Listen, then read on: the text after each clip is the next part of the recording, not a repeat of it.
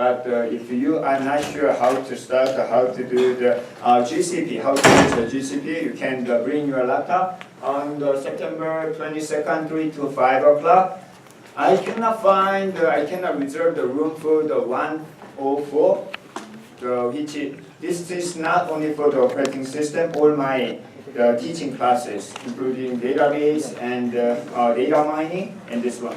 So it may be more than this, I'm not sure. There is a BGD time on Friday afternoon, so for your personal activity, but this is the only time I can set up. And also this is the only place I can find enough space, enough seat. It's the Dana Hall 107. The problem is Dana Hall 107 has only 2 access points, so which means each access point that you'll be allowed 25 to 30 concurrently, which means so if you already realize the first class, so the GCP does not require high bandwidth the internet. So if you have the data plan, I suggest to use the data plan and make the tethering service. Then it can be helpful for you and the other student. Okay, but I do not know. I didn't test 107, but when I check the number of access points, it's only 2. Maybe the 60 to 70 students are possible. Definitely, if all students coming in may not be the easiest, so please expect to use the data plan if you have enough data plan on your mobile device. And but if I can get the excuse to use the 104, I will announce again, but otherwise it will be 107. Any question though before we start? Professor, yes. exercise lab, which we need to submit on, I think. If the GA announced for submission, then you can submit it. Do we need to do all the commands in that? What did I say the last time? It's just the last page, okay, screenshot, because I want to check whether you did or not, okay? I'm not going to verify whether you type the exact command or whatever, just last screen and the screenshot, that's pretty much enough. Because some of the students still do not create a project, okay? So if I'm not going to force to do, so I think many of the students way behind. So please do. The main purpose is not verify your command, just whether you did or not. So that's the purpose, objective of that homework. Okay? And also, some of the students just copy and paste the link, then try to do the activation and whatever, but sometimes fail because it is activated on your content still. IT department does not respond to the enabling your the develop option.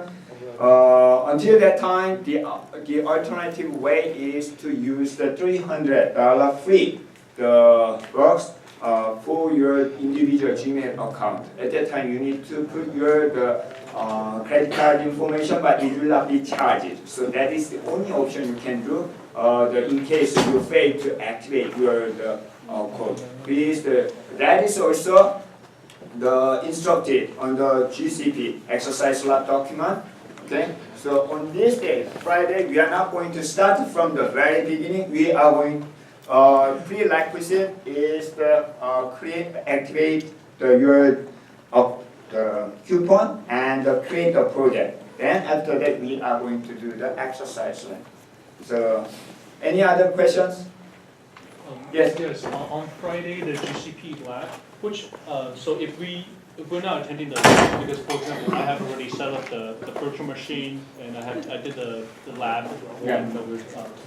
So from your document, the GCP exercise lab book, which lab are we working on? So after creating the project, that will be I think the project, the exercise lab 1.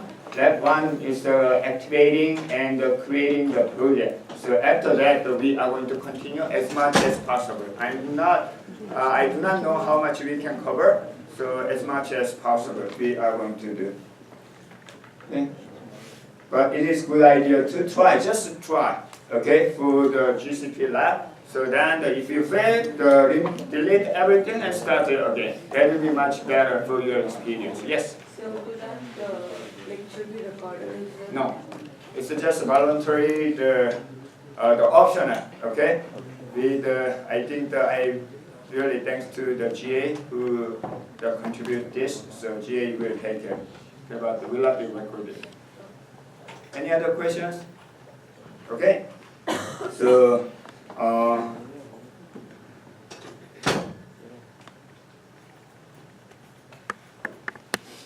one more thing. So before we start, so there are several things I fear, or I sometimes I cannot understand. I understand, but it cannot be the good attitude for the student.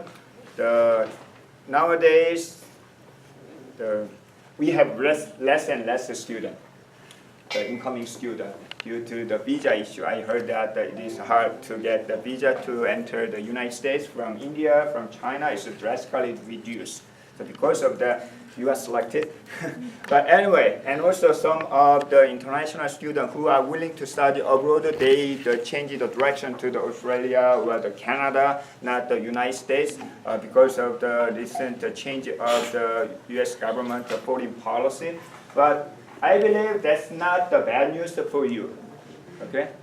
So because I don't think that even though the current government would like to give the chance for the U.S. citizen for the job position instead of the foreign worker, but for the especially the computer science related or IT related job, it is not easy to be replaced by the local people. Okay, it needs the higher education and at least a certain amount of training and experience. So I don't think so, which means you have the better chance to get the job after graduate, because it may be expected not many the incoming student, not many the peoples are coming, and also even though the current job position I don't know what will be the H-1B, the visa policy, whatever, but you may have if you are studying right now and pursuing getting a job in the United States, maybe higher the chance. So I realized that also I felt some of the students who recently graduate, they may get the job back. It's easier than a couple of years ago. Okay, but that's not my point. My point is, because of that, recently I got the email from sometimes from company, employer, or HR department, or even the student. Please, the ABC company will contact you because I put your name as a reference. I didn't know. I remember the name of a student or candidate, but I do not know exactly who she is or who he is. Okay, then just to put, I understand the company asked such a reference or some professor or the prior job position, supervisor, whatever, then to put the name of usually the student don't like to put my name sometimes. But in case you have such a situation, please contact before you submit or at least before the employer contact me. Okay. So otherwise, it's very hard to say. I cannot tell a lot. I definitely give if I do not have any relationship beyond the classroom. Probably I do not. Probably mention that I don't know much about this candidate except the class. The class, she or he got the B+. Then the B+ is the top 15 or 20%. That's the only thing I can say, which is not good for the employer. Okay, so please contact Alice. Then you need to show up. So probably I do not know your detailed skill, whether you have the experience on job. First, at least give me the resume and so on. So I have the couple of students before the last week who contact. I remember the name, but I couldn't remember the details of the activity of that candidate. Okay.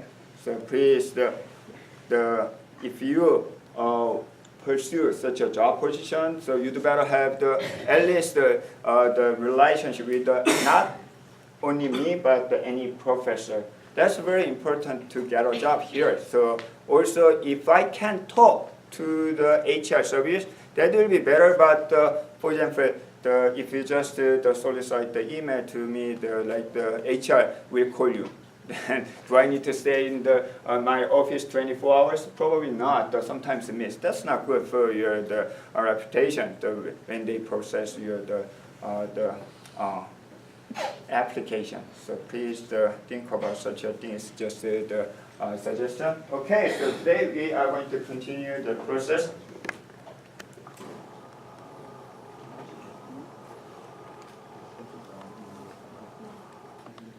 One more thing is please study the Python program language, even though you are not taking. So you don't have to take the course. Instead, not just like any other program language. So when you learn the program language, it will be better to join any project. If you cannot find a project and use the classroom project.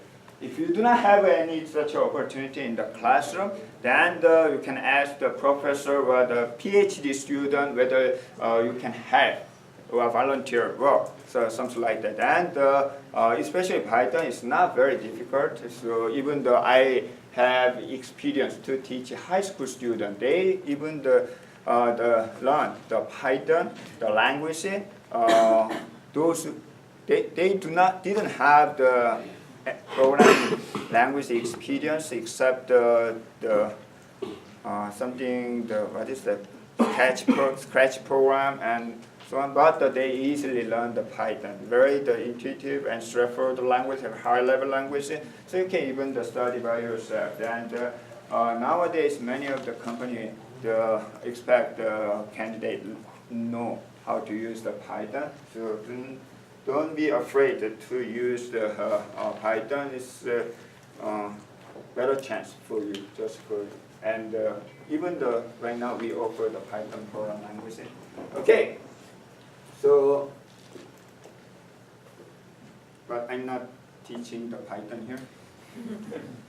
This is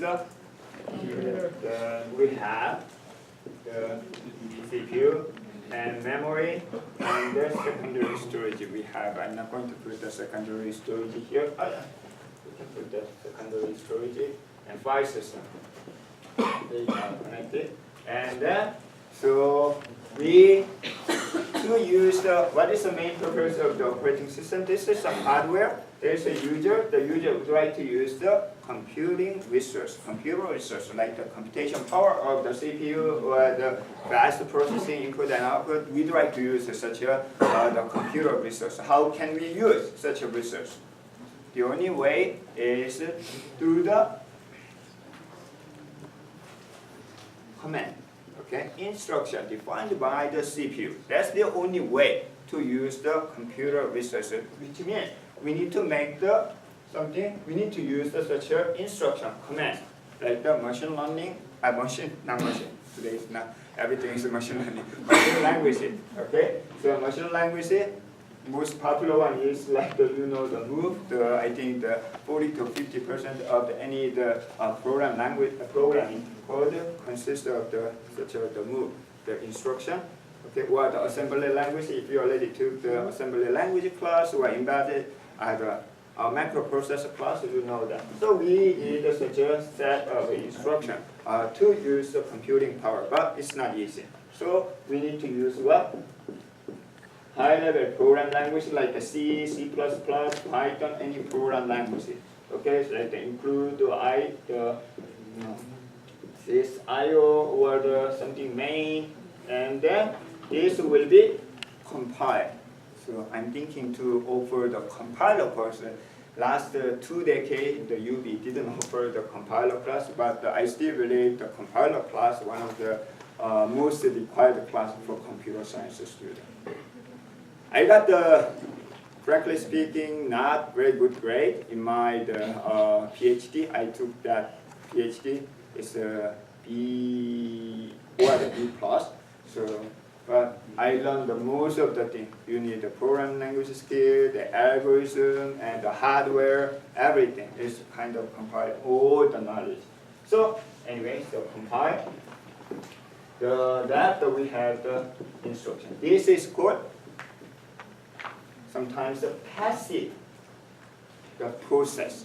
It's a passive. It cannot be processed anything until it is moved to the somewhere in the computer system. So this is sometimes called the passive process. It's nothing but the set of the instruction. If you are able to open this file using the ultra-edit, whatever, you can see the bunch of binary number that shows actually the assembly code, like the instruction. Then, how can we make the computer use this instruction? So we need to copy this passive the program to the memory.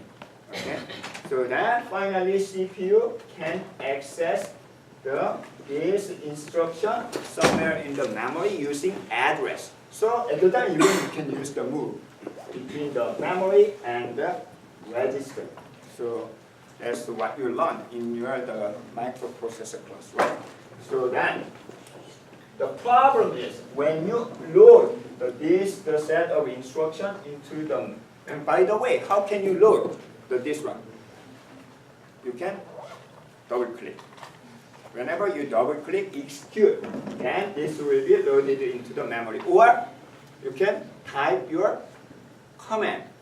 So for example, last time during your exercise lab, so you type the ls command or BC. The BC is the calculator, okay?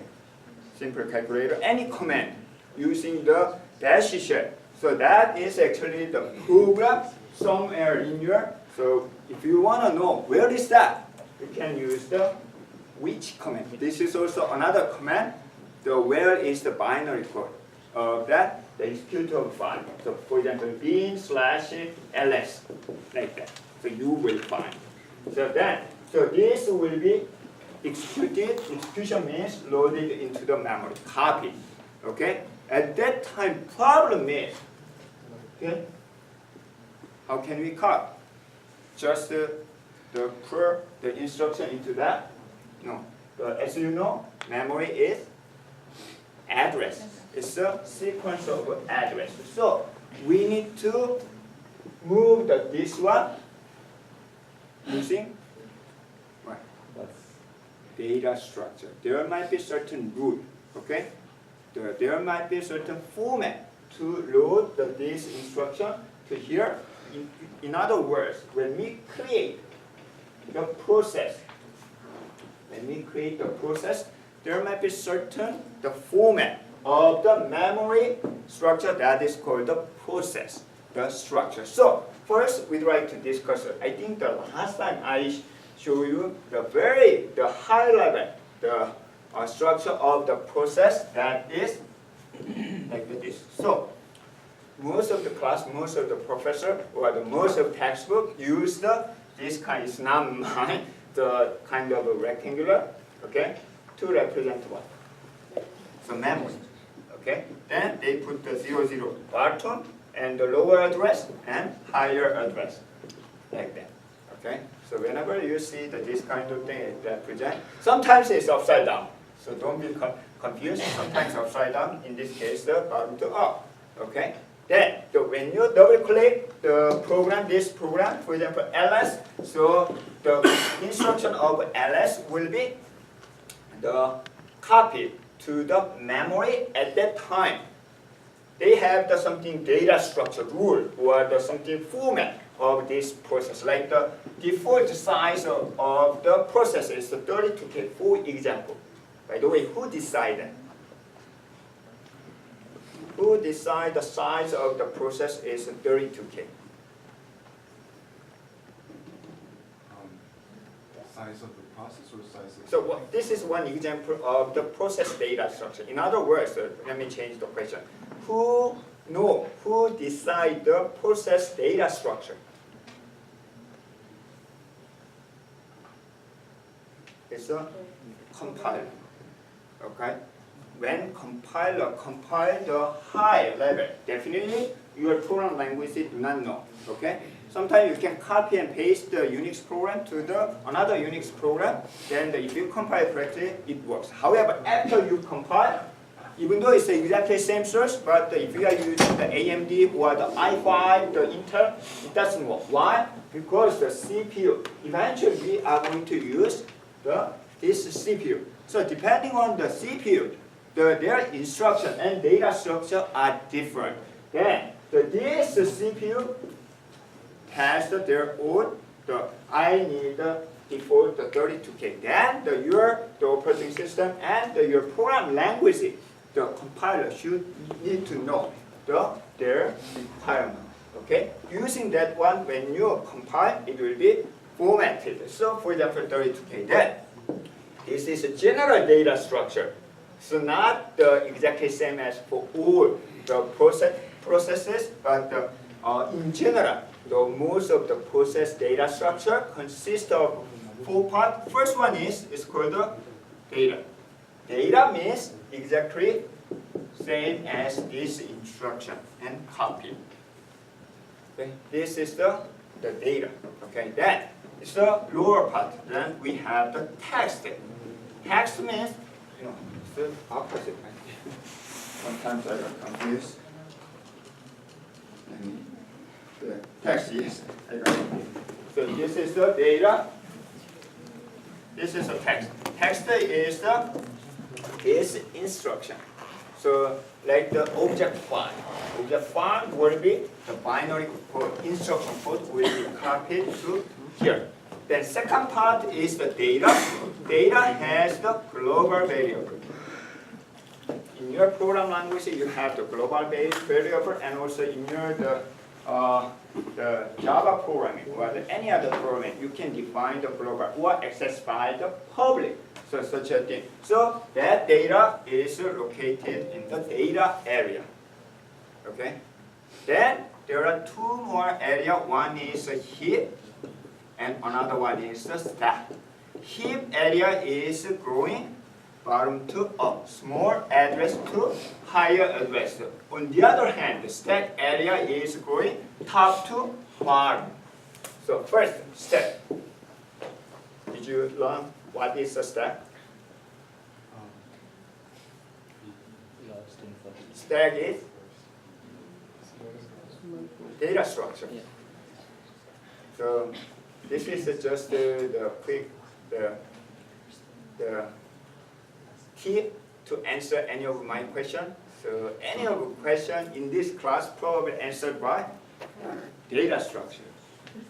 So, because we are dealing with the data structure, process is the data structure. Scheduling algorithm itself is the data structure. Program language itself is also data structure.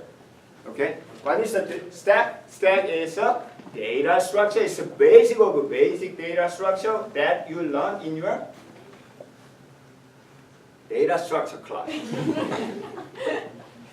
Right? It's a CS1 or 2 in UB curriculum. Most of the computer science curriculum offer such a basic data structure classes, mostly freshmen or sometimes the sophomore. But you definitely learn such a data structure. Step, what is a characteristic of the step? That means top to bottom or bottom to up? It's the top to bottom. Unlike the other data structure like the queue or the linked list, any other data structure, okay, it's the opposite way.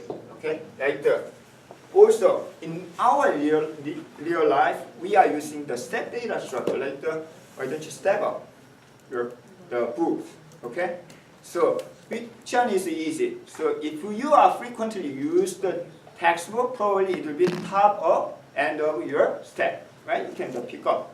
Or if you do not use the textbook or the reference book a lot, it will be probably bottom. It is not easy to pull up from the bottom, right? So stack is the last in, first one, which means it will be if you are using a lot, it will be probably top of the stack. Okay? So for your reminder, whenever we learn the data structure, how do we verify whether this structure is good or not? One thing, complexity analysis with big O notation. Do you remember that? What is a big O notation? Worst case scenario. When did you learn the big O notation? Actually, in your middle school. Middle school. In your middle school, you probably learned the pre-algebra and algebra class.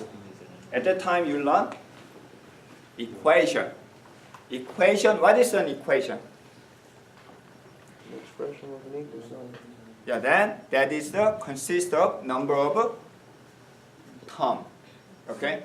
Each term, from the number of term, what is the most important part?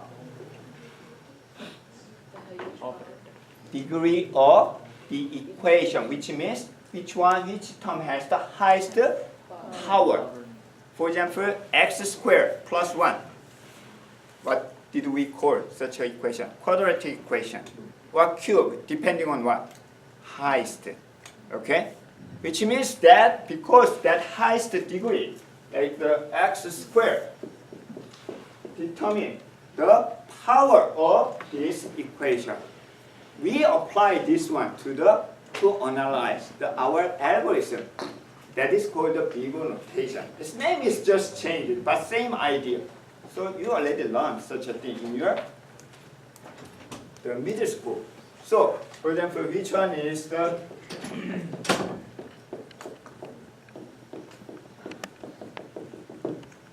more complex one? Which one is more expensive? Definitely this one. Well, why? Eventually it will be catch up and the more expensive. That is the way to analyze. And another way to analyze the performance of the stack and the data structure. How much storage, memory space you need. Less is the better. Why? Loads up quickly. It loads up quickly. We don't usually Which means have a lot of memory. Easy access. I/O is good or not? Good. Good. No. Still not good because I/O is much expensive than CPU computation. So we need less and less I/O. Okay. So mostly when we analyze any algorithm, what data structure we need to consider the complexity in big O notation and memory space. Then in terms of that, what about the stack? Is it good or not? So for using that, with the help of such an analysis, the metric, so we can verify how many operations did you learn? Insert, update, delete, and retrieve. Okay? Whatever the name. Sometimes it's a different name. Think about database. Database select, update, insert, delete. And also, the update can be considered as delete and insert again. So sometimes we don't have to worry about the update. Instead, combination of insert and delete. If you cannot remember, I strongly suggest to read the old textbook first. It will take just a couple of hours to remind. Okay, that will be much better. Okay, for understanding such a thing. Then, in terms of that, stack is good or not?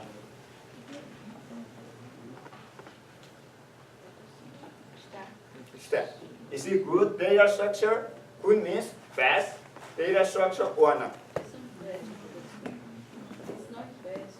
It's not bad. That means it's also. What do you think? Depends on the scenario. If the stack is like more in like bulky, then it's hard to retrieve the data. Like if stack has more elements inside, it's hard to retrieve the last one. Who else? What do you know the data structure that you learned in your freshman? Queue and the linked list and the hash. Okay. Think about the linked list. What is a linked list?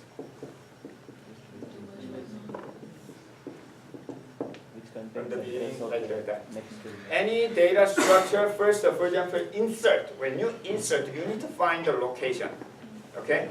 Which means a search. So it takes a time. Because of that, we usually, the linked list cut, then the put, okay? Or sometimes, however, when you read the data, you need to read until you find this one. So it's a little bit higher complexity. On the other hand, the stack. Stack is, as you know, it's a stack up. It's a last in, first out, which means that do we need to find the location to be inserted? No. It's just in. It is push. When we read the data, do we need to find the location? No, just take out the first one, pop. So there are two operations, push and pop. And is there any replace, update? No, there is no update in here because usually update is a very expensive operation. Okay? So because of that, so sometimes, as he suggests, sometimes if we need to read this data, it's not easy. Okay? Some of the step doesn't allow even. However, if we can find, for example,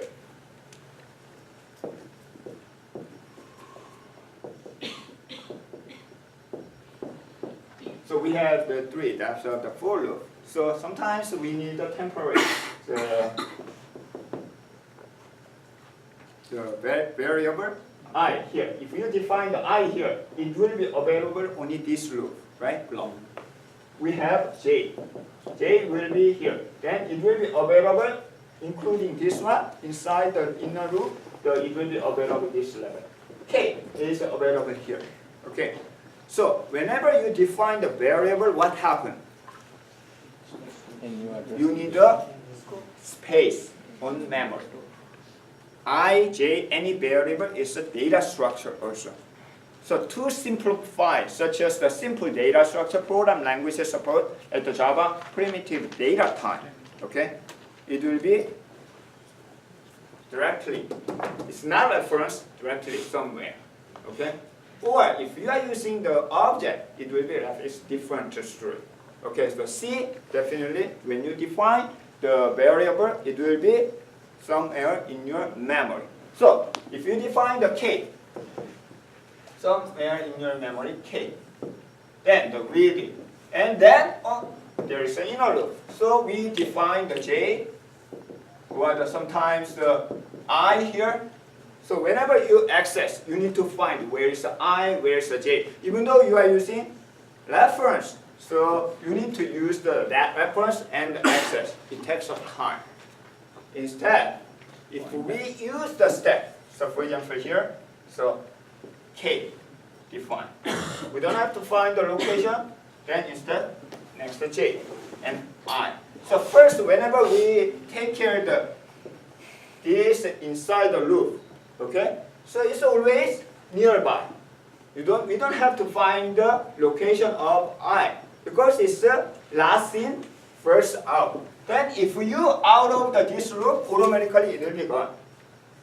Okay, very easy to manage. Okay, so because of that characteristics, that can be used for what? It's a temporary.